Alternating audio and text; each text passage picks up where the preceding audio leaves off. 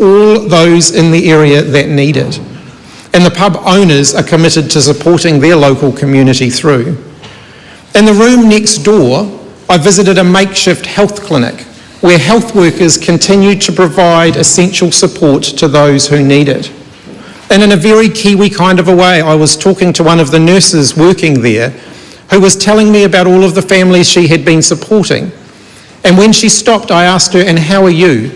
And with a tear in her eye, she told me that she had lost everything. And yet there she was, continuing to work to support those who are most in need, because that's what Kiwis do in times of adversity.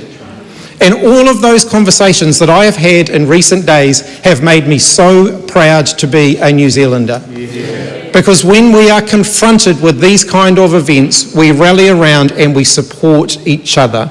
And all New Zealanders are rallying behind this cause.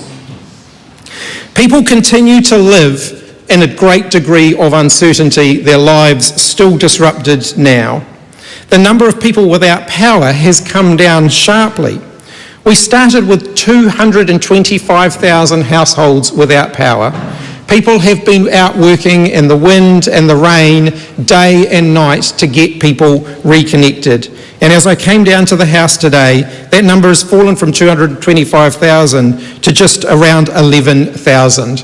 We absolutely should acknowledge those who have been putting in the hard yards to get people reconnected to those essential lifelines.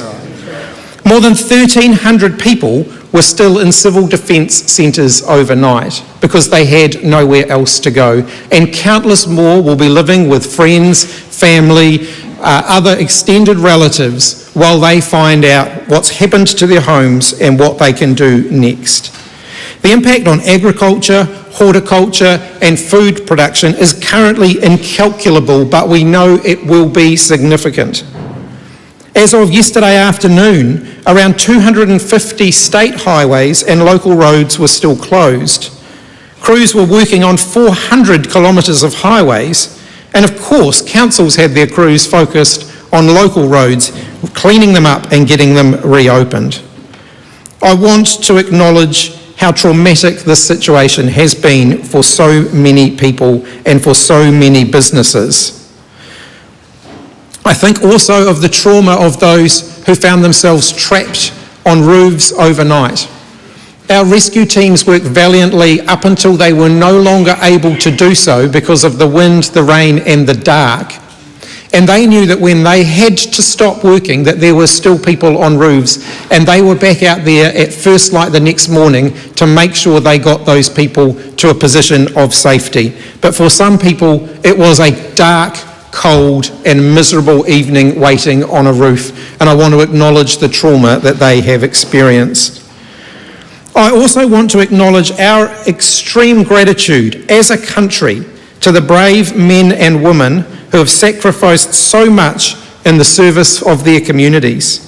Our first responders, our Defence Force personnel, police, community organisations, local marae, volunteers, and so many more who have contributed to supporting others through this. In this time of great need, your dedication has been an inspiration to all of us.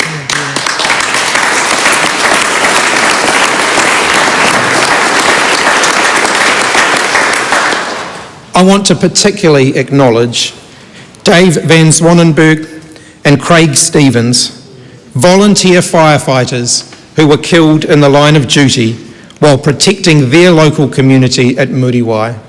We ask a lot of our volunteers in New Zealand, but no more so than our volunteer first responders. They put themselves in harm's way to protect all of us, and to their families we say thank you. Thank you so much for the sacrifice that you have made. You are in our thoughts. While the cyclone itself might not have directly affected every New Zealander, there is no doubt that we are all going to feel the effects of it in the coming weeks and months. Northland, Auckland, Waikato, Coromandel, the Bay of Plenty, the Tararuas, Tairāwhiti and the Hawke's Bay account for 30% of New Zealand's landmass, but they're home to more than half of our population and produce about half of our GDP. Therefore, this has been an incredibly significant event for the whole country. And just like with the earthquakes in Christchurch and then Kaikoura, the legacy of that is going to be with us for many years to come. We don't yet have a complete assessment of what the cost of that is going to be, but we know it will be significant. A multi-billion-dollar price tag is ahead of us. And there is no point in sugarcoating it. We know that there are some tough times ahead for us, for the whole country, as we work our way through that. 2023 has the potential to be a very difficult year for many Kiwis, and many of our families and businesses and our communities will be under an enormous amount of pressure. But we will get through this. Kiwis are resourceful and we are determined. And I know that once again we'll tap into our collective strength and our spirit in the weeks and months ahead to come back even stronger. We will do whatever it takes to recover. We started that yesterday in setting out the first steps of our recovery plan. I want to emphasise again that this will be a response driven by local communities. Central government is here to support those local communities to rebuild and to recover. Grant Robertson will be leading that from the central government's perspective as our Cyclone Recovery Minister. He has a proven experience in leading us through challenging times. We will have a lead minister working in each of the regions that have been affected so that we can make sure those local communities and their needs are well connected with our national response. We'll be working closely and guided by the feedback from those on the ground. A task force will be established to ensure that we are bringing together all of the players relevant to the recovery, the insurance companies, the infrastructure providers, central and local government. And I'm very pleased to say that Sir Brian Roche, who has a proven track record of working in both the public and private sectors, has agreed to lend his expertise to that process. A $50 million interim support package was announced yesterday to support businesses and the primary sector and the effect that this has had on them. And we've also put additional funding into the emergency response fund of the Land Transport Fund so that we can continue with that essential roading clean-up work while we scope the true extent of the damage and calculate exactly how much more funding is going to be required. We know that more financial support is going to be required, but the government is in a very strong position to contribute to that. We have some of the lowest debt levels on a per capita basis in the world, helped by the prudent financial management of our Minister of Finance during extraordinary times over the last 5.5 years. We have options and choices ahead of us because of that. Even if we borrow more money in order to contribute to this response, we would still have lower debt than our neighbours and mates over in Australia, and considerably lower than countries like Canada, the US and the UK. We know that how we recover has to be done a little bit differently this time. We've got to build back better, we've got to build back safer, and we've got to build back smarter. New Zealand is now without question experiencing the effects of climate change, and we are well past the point where we should question the impact of human beings on climate change. Extreme weather events are becoming more common and they are of greater intensity. In the year 2021-2022, there was a 9-fold increase in the amount of money required to help farmers and growers affected by floods, storms and drought. We also see the effect on our roads. The number of events requiring emergency works has more than doubled from an average of 67 events per year between 2018 and 2021 to 140 events per year. Even before these recent events, we know that Waka Kotahi was going to need more money just to deal with the emergency response that the extreme weather is causing. Business as usual won't work anymore. We have to accept that billions of dollars of additional investment is going to be required, not just to fix up what has been damaged, but to build more resilience so that we can better cope with these types of events in the future. We cannot fund new roads, though, by cutting the funding for road maintenance. We have to accept that building a more resilient roading network and reducing our carbon emissions are not incompatible goals. Most parts of our society are now also having to grapple with these difficult choices as well. There are challenges in front of businesses, utility companies and other sectors. They are going to need to innovate, as we will need to innovate and do things differently. Mr. Speaker, when I became the Prime Minister, I said that we would set a new direction for the government and that we would have our focus squarely on the basics, including the cost of living that is affecting New Zealanders. Recent events have reinforced the importance of that to me, and there is nothing more basic or critical for a government than lifting the country back up after a major disaster. The usual systems and processes of government will need to adapt to the challenge in front of us. We will need to make some tough calls and we will need to prioritise carefully. I've already announced the first round of reprioritisation that we are taking as a government. The Television New Zealand, Radio New Zealand merger won't go ahead. While we acknowledge that there are significant gaps in our social security infrastructure, now is not the time for the social insurance scheme, but we acknowledge that there is still a gap there that we should grapple with. We've stopped the biofuels mandate, and we have asked the Law Commission to look at the issues around hate speech in their totality. I want to provide a reassurance that when we said to the people, the victims of March 15, that we would stand with them and that we would take the recommendations of the Royal Commission seriously, we will not back away from that commitment. But we will also not allow the commitments that we have made to them to be politicised in the way that they have been. We want to make sure that we do this properly and that we address the concerns that the Royal Commission has rightly raised. The scale of the task ahead of us is significant. The worthy will sometimes have to make way for the urgent. We have done that before as a country. We saw governments reprioritise after earthquakes in Christchurch and Kaikoura, and we did that when we responded to the global pandemic. We will do that again. More reprioritisations will follow shortly, but we will still be looking to advance the reform of our water infrastructure. I will say more about that in the coming weeks, but the events of the past month will have focused the minds of many New Zealanders on the need to tackle the challenge ahead of our water infrastructure. It has been tested and it has been found badly wanting. Just patching up ageing pipes and water treatment facilities isn't going to cut it. And abandoning local authorities to deal with the scale of the challenge by themselves is not leadership. That's right. We will make sure we get on with the job of ensuring that New Zealanders have the sort of water infrastructure that they should be able to expect as a first world country. The cost of living will be at the forefront of the government's priorities. We know that we are dealing with a heightened period of economic uncertainty.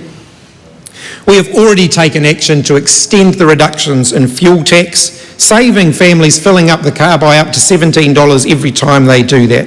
We've extended the half-price public transport subsidies, and we have lifted the minimum wage because we are not willing to leave the lowest paid New Zealanders behind.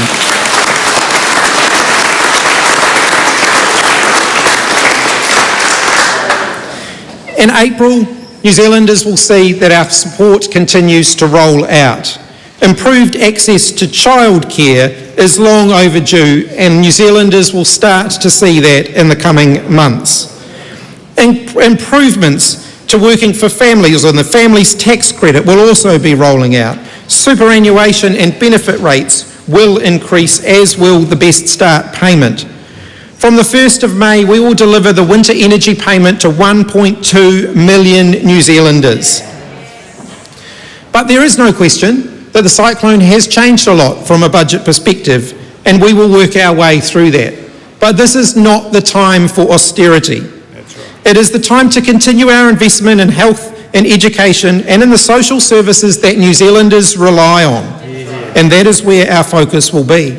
We will continue to invest in dealing with the skills shortages that we have across the country. Because when we have been faced with these sorts of challenges in the past, governments have sometimes retreated from that, and the legacy of that can last for generations. So we will continue to invest in our people, and you'll see that in the apprenticeship schemes, for example, that we have been investing in. 50,000 New Zealanders in work supported by the apprenticeship boost.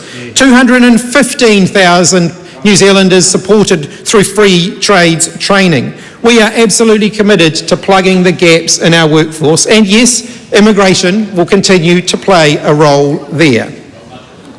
We're committed to ending the postcode lottery for health in New Zealand, and we will rebuild our mental health system, in some cases building it from the ground up. By the end of this year, more than 3 million New Zealanders will have access to free primary and mental health and addiction support.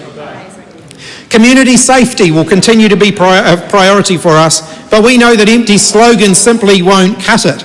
We've got to make decisions based on evidence and resourcing, and we will have, by the middle of this year, 1,800 extra police on the beat compared to when we became the government. Mr. Speaker, right now, the task ahead of New Zealand may seem daunting to many people. There is a big challenge ahead of us all. But the cyclone and its aftermath won't be with us forever. We will need to look through the cycle. We'll be building a country of opportunity and energy where our kids can thrive. We can do these things. We can rebound strongly from the cyclone. We can navigate the global pandemic of inflation. We can invest in the skills, the innovation required to power up for the future. We can build back better. We can build back safer, and we can build back smarter. And we will do that by working together. So let's get cracking.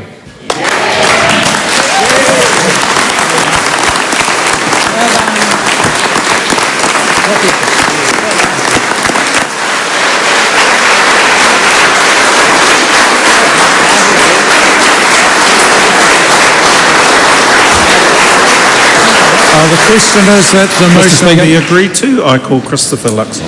Well, thank you, Mr. Speaker. I move that the words after that be deleted and are replaced with, quote, "This House has no confidence in this government, which is known for three things: wasteful spending, an inability to get things done, and for building bureaucracies instead of improving frontline outcomes for New Zealanders." And I have to say, Mr. Speaker, that statement was written for Jacinda Ardern and read by Chris Hipkins. That's what happened there.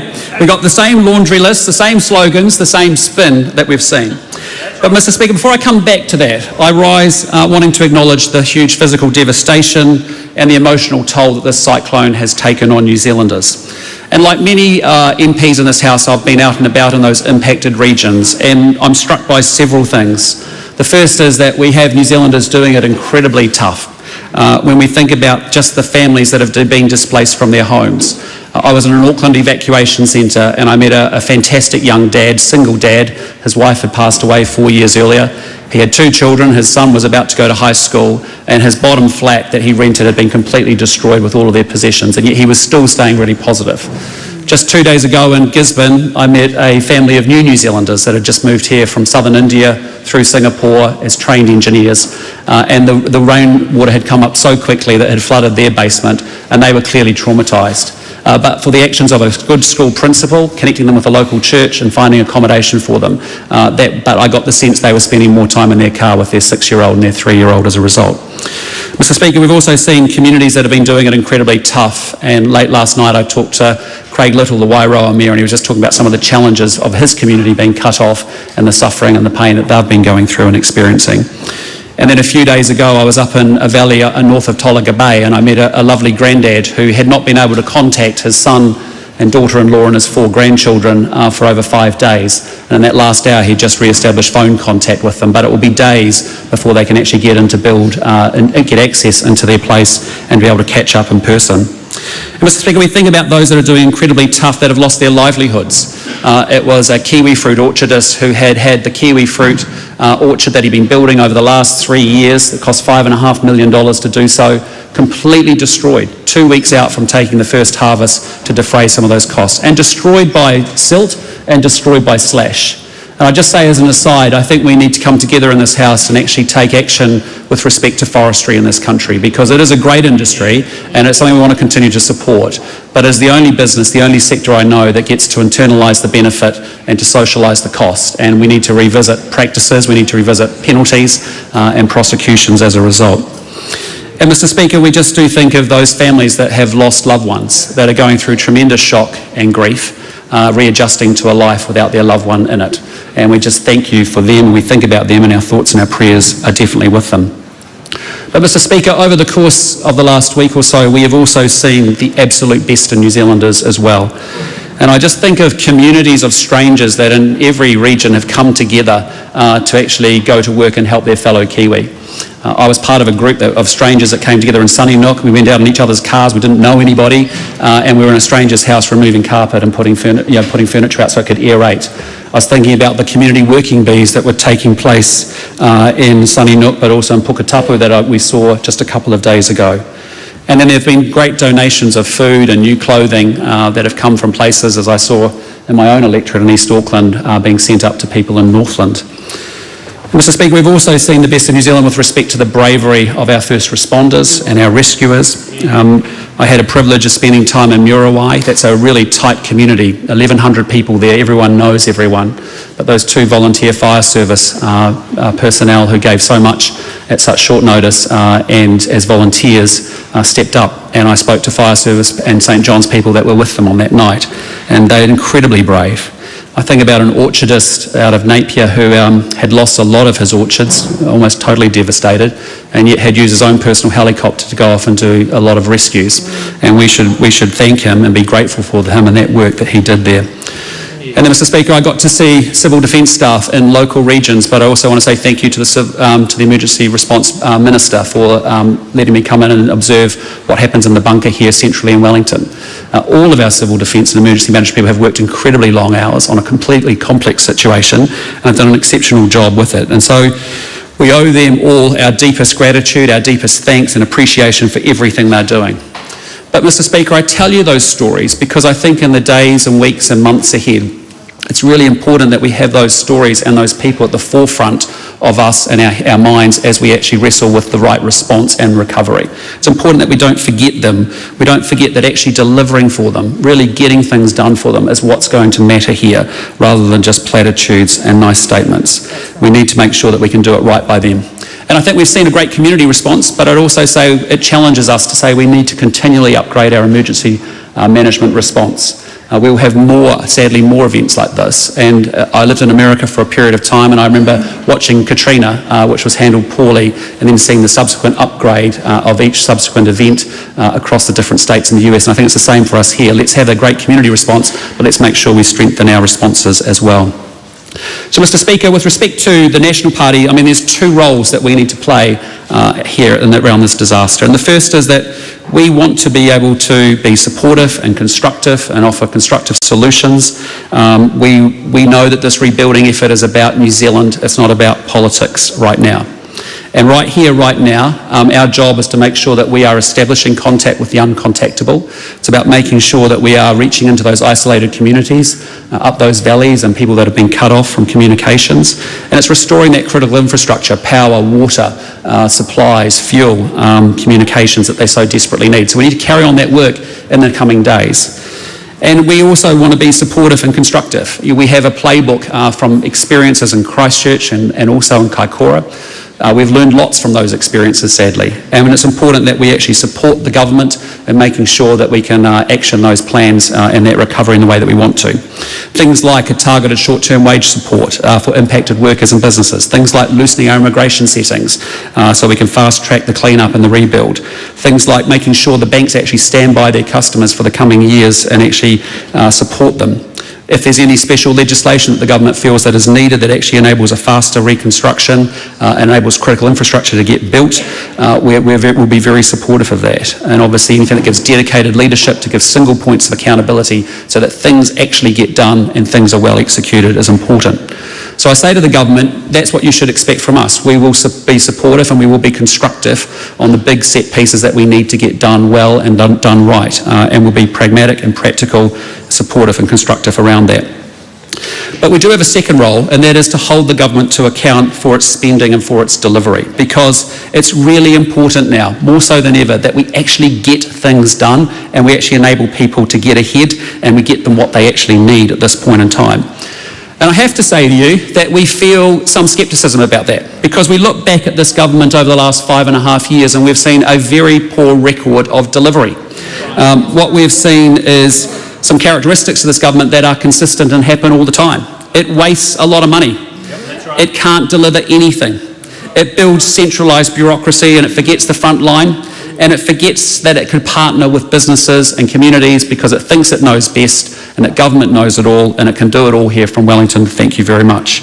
And I'd just say to the government, that is the complete opposite of what is going to be needed if we're going to get this recovery done and we're going to deliver our services back to our people and actually support the people when they need it. I'd just say to the Labor government, get on with it, get going, get things done, focus on those people. What is it today that we've provided them clarity, specificity, so they can move ahead, they can make the next logical step to dig out of a place of hopelessness to a place of hope is really important. Mr. Speaker, I'd say we know that the rebuild is going to be expensive. We know there was $3 billion spent on Kaikoura. We know there was $15 billion probably spent in Canterbury. We know there was bigger impacts around lives and livelihoods as well. And we've heard estimates of $10 billion with respect to this rebuild and recovery. But it's really important that the government actually compartmentalises and defines that cost. We know and appreciate that we'll need to borrow the money to be able to fund a quality, fast and good recovery. We get that, we understand that. But I have to say our concerns are all about delivery, and it's all about us being quite sceptical from a government that talks about building back better. We've heard those words before. We heard them during COVID. We heard them over the course of this year. It overpromises and it underdelivers. Do you remember we talked about shovel-ready projects? That was a big one. That we're going to move forward now, we're going to build back better, we're going to do shovel-ready projects. Great, fantastic. There's 49 of the 225 projects now completed. That's the reality of the delivery. Remember the government talked about we're going to build Kiwi-built houses, 100,000 of them, 1% of them actually built. 1% of them actually built. Light rail was going to be promised to be delivered, so opening up to Mount Roskill by 2021, hasn't even started anything. So it's lovely making bumper stickers and headlines as much as you like, but you've actually got to do the work, get below the surface and deliver outcomes. There's been no major roads started or completed in the last 5.5 years by this government. Not one. Not one. Zero. And so started and completed, not happened in 5.5 years. We had $60 billion spent on the COVID program, and we don't have a legacy of a better healthcare system. We don't have a legacy of better health infrastructure. There's no future legacy for a better improved health workforce. We've got little to show for it. We've spent a tremendous amount of money with little to show for it. So, Mr. Speaker, that is our concern. We will be supportive and constructive. We will hold the government to account. We are deeply sceptical of this government's ability to deliver and get things done. And what I'd say, Mr. Speaker, is I meant it earlier, that was a Prime Minister's statement prepared for Jacinda Ardern but read out by Chris Hipkins. And it just underscores what we've been saying. You can change the leader, but it's the same team delivering the same poor outcomes. That's the reality of this government. And you can dress it up as much as you like, you can appropriate and take as much language and change the language as much as you want, but the reality is this is a government that still can't deliver. And it's pretty rich coming from a new Prime Minister who's been part of the old government for the last 5.5 years, part of the holy trinity of Grant Robertson, Jacinda Ardern and Chris Hipkins, driving the program for the last 5.5 years, who has a coming to Damascus moment and now decides it's all about getting things done in a cost of living crisis. It's quite unbelievable. It's not credible. You can say anything you want to do 10 months out from an election, but there's nothing in the track record or the background that says he can get things done. And you can't just turn the page and say it's all going to be different with some words. You have to demonstrate with actions that you know how to do it and you're going to get it done. It's the same old Labour, it's the same old thing, it's the same poor outcomes, and I tell you now, the New Zealand people need more than a change in leadership in the Labour Party. They actually need a national government that's going to get things done. Because here's the problems, right? The same problems remain. It's still spin over delivery. It's still confusing activity with achievement. You know, it's actually confusing inputs with outcomes, the things that matter most to New Zealanders. It's a government that's addicted to wasteful spending. How do you literally spend $1 billion more each and every week, hire 14,000 more bureaucrats, collect $17,500 more tax per household, and deliver worse outcomes on the economy, on housing, on health, on crime, on infrastructure, on everything?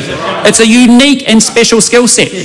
And then the ministers are responsible for those outcomes end up getting promoted. I mean, it's the only organisation that you get to fail upwards in. You know, it's a unique skill set. It's a unique and special skill set. And then it's also got the same attitude, and you know, you can defer the jobs tax as much as you like, you can fudge the three waters as much as you like, you can talk about hate speech being deferred, you know, all that kind of stuff. But the reality is we know what your philosophy is. It is to centralise and control everything from Wellington because you believe that you know best. Think about the Polytechnic mergers, unmitigated disaster, 5.5 years in. Think about Three Waters, still a debate, 67 district councils having their assets stolen from them. Health restructure, how's that all going? Not so great. So, Mr. Speaker, we know what the problems are, we know that they exist. And I just want to say, you know, when you look at the bits that matter most to New Zealanders, and the Prime Minister started to talk a lot about doing things that matter most. Well, I can tell you what matters most to New Zealanders is the economy. And what's happening is we have inflation at really high levels in this economy, higher than we've had it for many, many decades. And the reality is, this is a government that said there was no cost of living crisis for most of last year. It's now supposedly a focus. That's not credible. It's just not believable that you can just turn the page, change some words, and everything's okay. Nothing to see here. It's like a bad episode of Men in Black. You know, it's literally that wand where you just neutralise someone's brain and do a mind wipe. It's not going to happen. It just can't happen that way. This is the reality. The problem has been this government hasn't had a proper underlying economic plan to deal with the underlying causes of inflation. They're not controlling costs. They're not actually controlling government spending at all. We can see that there's no relief coming through to people. The Reserve Bank's not focused, and our immigration settings have actually been too tight. And as a result, that's driven huge amounts of domestic inflation. So, Mr. Speaker, the real wages are declining in this economy for the last 2.5 years. Wages are not keeping up with inflation, and everybody is going backwards. Interest rates are rising. And just think about those families that are going to have $600 extra a fortnight in interest payments over the coming year. We've got more Kiwis cycling off their fixed rates. They're going to go from 3% to 6 to 7%, and it's going to cost them a lot each and every fortnight. It only gets tougher from here. There's recession forecasts. We need a plan to grow the economy, invest in education, invest in infrastructure, invest in research, science and development, make sure it's a pro-business environment, and make sure we've got strong international connections to the world. That's what drives fundamental prosperity and productivity into our country. Mr. Speaker, we've got to talk about crime, because that's another area where the language has been tough, lots of talk but very poor action. It's been very soft on crime. Let's get clear on the outcomes. And the outcomes are really clear. Violent crime is up over 20%. Gang membership's up over 56%. We have a ram raid every 15 hours in this country. We do not choose to accept that that is the new normal, that is acceptable by any stretch. Every Kiwi is owed a right to be able to feel safe in their house, their community, or their business. That's really important. And Mr. Speaker, we had a former Minister of Police who was presiding over that fund of $6 million that was supposed to be delivered to businesses in need. 23 of them got help in 8 months. That is startling execution and implementation, just fantastic. So I think it was quite a good decision to probably replace the former Minister of Police, I suspect. Good call. But I do want to talk in my remaining time about education, because there's another place where we've had incredibly poor outcomes. How do you spend $5 billion more, hire 1,400 more bureaucrats, and deliver abysmal, the lowest, poorest attendance rates we've ever seen in this country? 45% of our kids go to school regularly, 55% don't make regular attendance. Almost 100,000 are chronically absent from school. We have anywhere from 8 to 10,000 that have been permanently disenrolled from schools. Just stop and think about that. Is that a first world response instead of outcomes? No, it's not. It's not optional to go to school. It's compulsory that we go to school and get educated. It's really important for our future. So, Mr. Speaker, we've seen that that's the case. And then if you're lucky enough to actually get into the classroom, we've seen slipping standards. Academic achievement is falling relative to other countries. We know that our kids are not where they need to be. They're not at curriculum when they move into high school. And so I think the best thing the Prime Minister has done in a short time in the role was to replace the Minister of Education, and that was something we fully support. We can talk health. Why do Kiwis now, a quarter of Kiwis, wait more than 6 hours to see an emergency department? How have we gone from 1,500 people waiting more than 4 months to see a specialist appointment to now we're at 44,000? How do we have 32,000 New Zealanders waiting on a surgery wait list as a result? These are outcomes. That's what I'm saying. Outcomes matter, not just the activity. It's actually about the delivery and about getting things done. We can talk housing, and that's another one. That was promised. That was a big promise. Lots of outcomes promised there, but none delivered.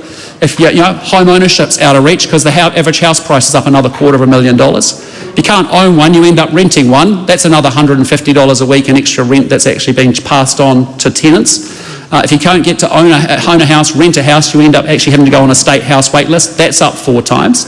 And if you can't get a state house wait list, you're in emergency accommodation. And that's 4,000 families waking up in emergency accommodation. It's up 4 times. People living in their car.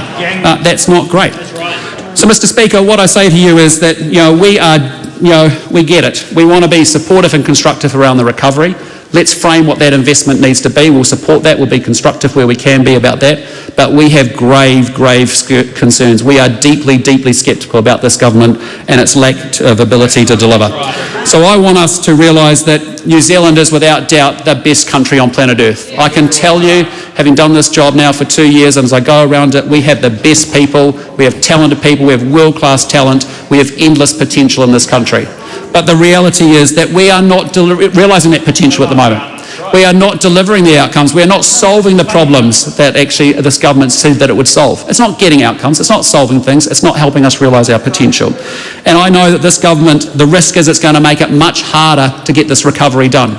It's going to make it much harder. So please don't make it harder than it needs to be for the New Zealand people. I do genuinely hope that you get to manage this rebuild and that you actually help people who are desperate, because they need confidence and they need certainty and they need clarity and they need to be able to get things done. But I can tell you right now, if this Labour government won't do it, the National government will pick it up in October, and we're very proud. We'll get elected and we'll go get this job done, because that's really important to the New Zealand people. Thank you, Mr. Speaker.